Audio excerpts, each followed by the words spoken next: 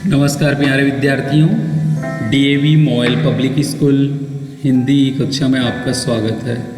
आज मैं आपकी कक्षा में व्याकरण खंड से पढ़ाने जा रहा हूँ। रचना के आधार पर वाक्य रूपांतरण ये बहुत ही महत्वपूर्ण है। इसके पूर्व वीडियो में भी मैंने रचना के आधार पर तीनों वाक्यों के रूपांतरण के बारे में बताया था। एक सुंदर विचार के साथ आज की कक्षा प्रारंभ करते हैं। युवाओं को मेरा संदेश है कि अलग तरीके से सोचें, कुछ नया करने का प्रयत्न करें, अपना रास्ता खुद बनाएं। कि जितने भी युवा हैं वो सोचने के तरीक़ों को बदलें, कुछ नया करने की कोशिश करें, स्वयं आगे बढ़ने की कोशिश करें। आइए ऐसे जो हमारे पास विषम परिस्थितियाँ आती है उनसे भी लड़ने के लिए हम सीखें। इन्हीं विचार के साथ आज की कक्षा हम प्रारंभ करने जा रहे हैं। वाक्य रूपांतरण। जैसा कि वाक्य के बारे में आपको बताया था कि दो या दो से अधिक शब्दों के जो सार्थक समूह है उनको वाक्य कहते हैं। वाक्य के मुख्य अंग है उद्देश्य और विधेय। तो यहाँ पर जैसा कि हम देख रहे हैं वाक्य के मुख्य दो अंग के बारे में हमने बताया। तो इसमें पहला आता है उद्देश्य।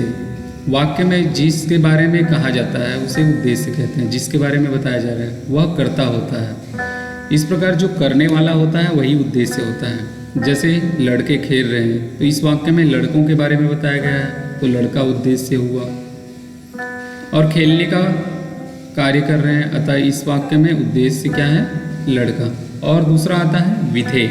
वाक्य में उद्देश्य या कर्ता के बारे में जो कहा जा रहा है वह कहलाता है विधेय। जैसे लड़के खेल रहे हैं, इस वाक्य में खेलने के बारे में बताया तो खेलना यहाँ पर क्या है? विधेय। कुछ अन्य उदाहरण के माध्यम से हम समझ सकते हैं। जैसे धोनी ने शतक पूरा कर लिया, अखबार पढ़ रहे हैं, बच्चों ने गृह कार्य कर लिया, बंदर पेड़ पर कूद रहा है। इस प्रकार से ये आपके विधेय होते हैं। रचना के आधार पर वाक्य के तीन भेद है: सरल वाक्य, संयुक्त वाक्य और मिश्र वाक्य। तो इस प्रकार से ये तीन वाक्य हैं। सरल वाक्य जिस वाक्य में एक ही विधेय होता है उसे सरल वाक्य कहते हैं। आपको ध्यान देना है परिभाषा। इसको साधारण वाक्य भी कहा जाता है। इन वाक्यों में एक ही क्रिया होती है।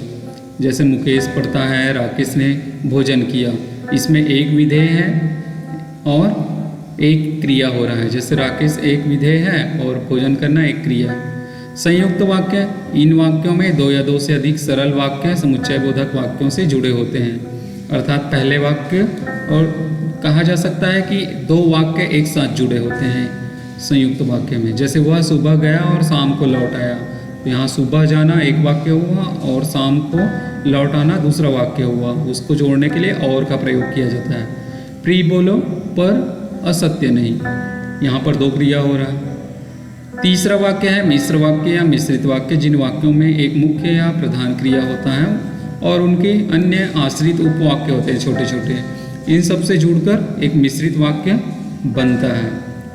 इनमें एक मुख्य उद्देश्य और मुख्य विधेय के अलावा एक से अधिक समापिका क्रियाएं होती हैं। जैसे जो ही उसने दवा पी वह सो गया, यदि परिश्रम करोगे तो उत्तीर्ण हो जाओगे। अर्थात पहले वाक्य के साथ दूसरा वाक्य पूर्ण रूप से आश्रित है, जुड़ा हुआ है। मैं जानता हूँ कि तुम्हारे अक्षर अच्छे नहीं बनते। इस प्रकार से ये मिश्र वाक्य है। अब हम देखते हैं वाक्य रूपांतरण कैसे करते हैं। तो सबसे पहले वाक्य रूपांतरण में जैसे यहाँ एक उदाहरण लिया मिश्र वाक्य का। सौरभ जो कल कोलकाता जाने वाला था वह नहीं गया। सौरभ कल कोलकाता जाने वाला था पर नहीं गया। यहाँ पर हम संयुक्त वाक्य में उनको परिवर्तित किए। अब सरल से मिश्र वाक्य में कैसे बदलेंगे? तो आकाश में बादल छाते ही ठंडी हवा चलने लगी। तो यहाँ पर ये सरल वाक्य है। इस वाक्य को हम आगे कैसे बनाएंगे मिश्र वाक्य में? तो देखिए, जैसे ही आकाश में बादल छाए वैसे ही ठंडी हवाएं चलने लगी। यहाँ पर एक क्रिया के साथ दूसरे क्रिया, यहाँ पे अन्य समापिका जो वाक्य है वो जुड़ी हुई है।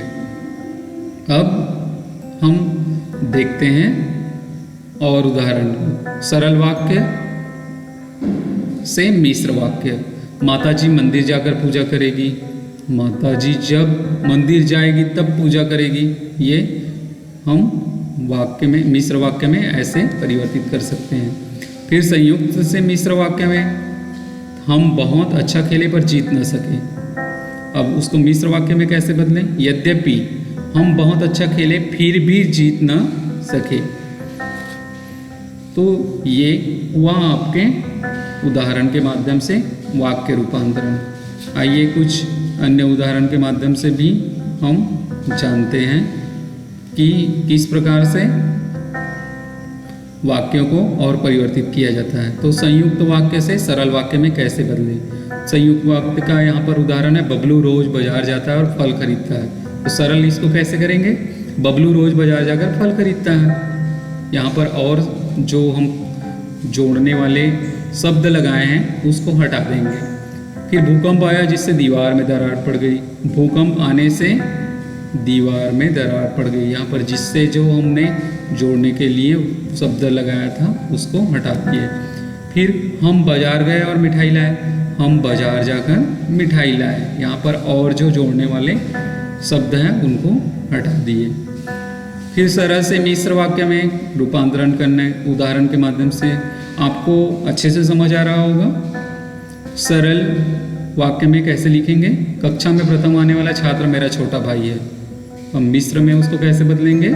वह छात्र जो कक्षा में प्रथम आया है मेरा भाई है, मेरा छोटा भाई है। नीली कमीज वाले लड़के को बुलाओ। उस लड़के को बुलाओ जो नीली कमीज पहने हैं। 8वीं कक्षा में पढ़ने वाला दीपेश कक्षा में प्रथम आया है। दीपेश जो कक्षा 8वीं में पढ़ता है वह प्रथम आया है। इस प्रकार से ये सरल से मिश्र वाक्य में रूपांतरित करेंगे।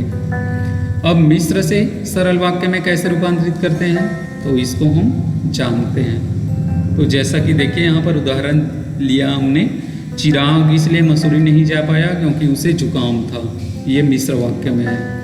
चिराग जुकाम होने के कारण मसूरी नहीं जा पाया। इसको साधारण रूप से सरल वाक्य में हमने परिवर्तित कर दिया।